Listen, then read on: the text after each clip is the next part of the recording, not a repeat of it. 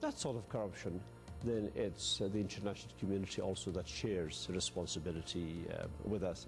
Amidst international criticism, the Afghan president hits back, questioning the West's involvement with his country.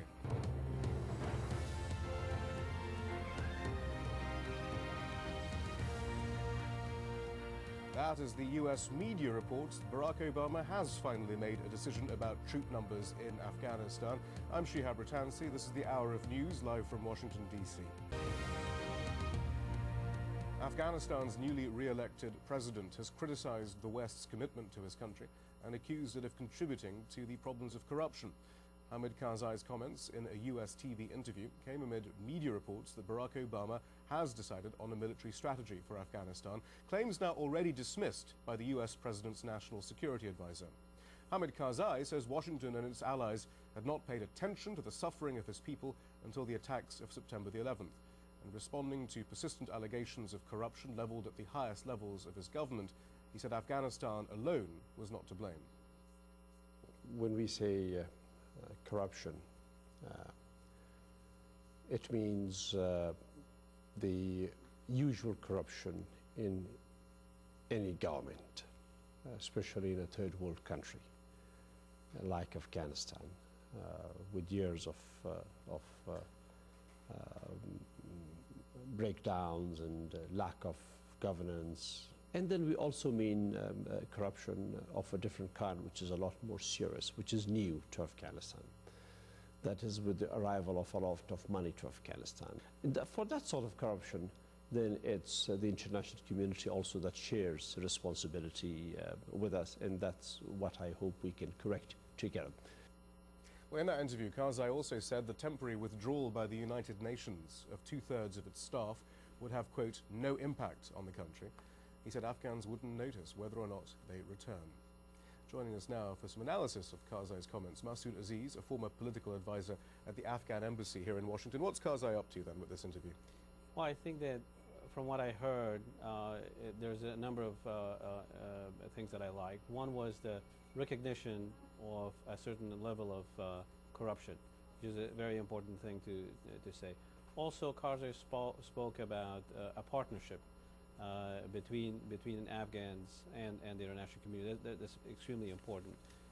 What I'm mostly concerned about, though, is that in all of this discussion about whose role is important, the international coalition, the Afghan government, what needs to be done, what are the issues on the table, we're actually running out of time. It's extremely important now to move forward. Right, but when he talks about corruption, he says, look, it's not just us. It's the West. It's the contractual mechanisms, the contract that go from one to second to third to fourth. I mean, he's very much saying, look, you're all hypocrites. You're calling me corrupt. It's actually your methods and your mechanisms that are making Afghanistan a corrupt country. I think there's some truth to that, and I think we need to recognize that. Obviously, at the beginning, when the international community got involved in warlords, in helping oust the Taliban, they kept them on the payroll, and that really didn't help out. It actually weakened the central government's capabilities. But on the other hand, this is a new government now. You know, President Karzai has been announced to be the new president. Now it's time to move forward on this. And in my opinion, we're wasting time. We don't have time now to discuss. We have to have a new government in place, a new cabinet in place. We have to have, in my opinion, 4 important steps.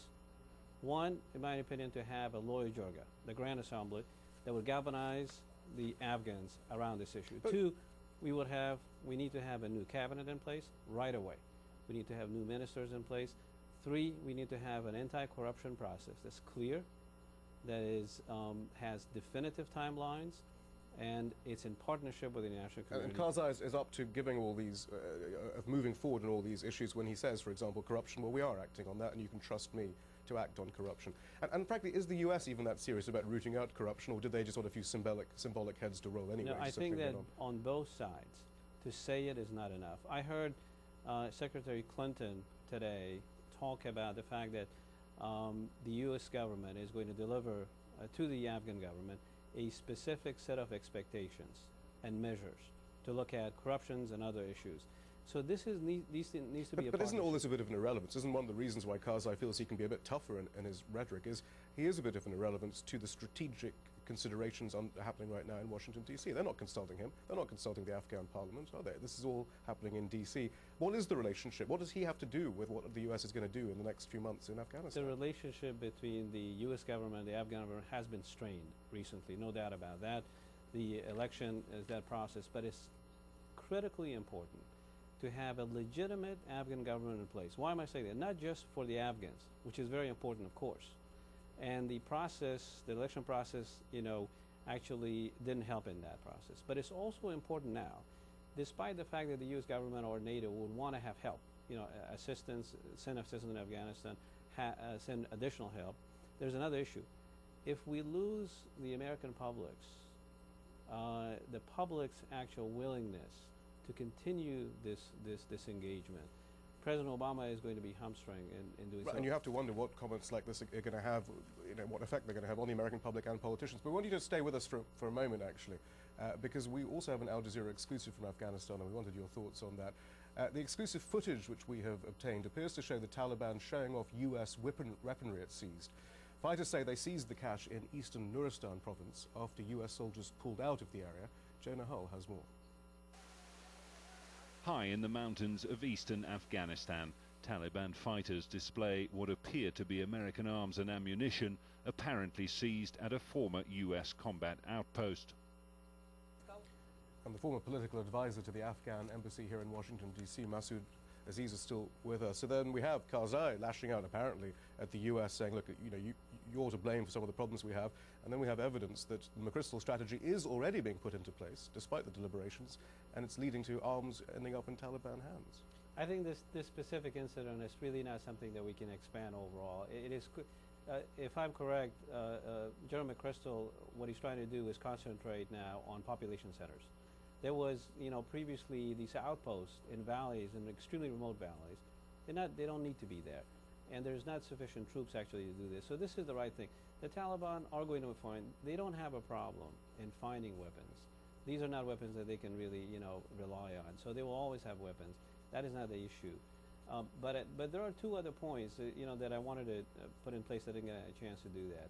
The reconciliation process with the insurgency, with the insurgents, with the Talibans, need to go forward now. That plan needs to be in place.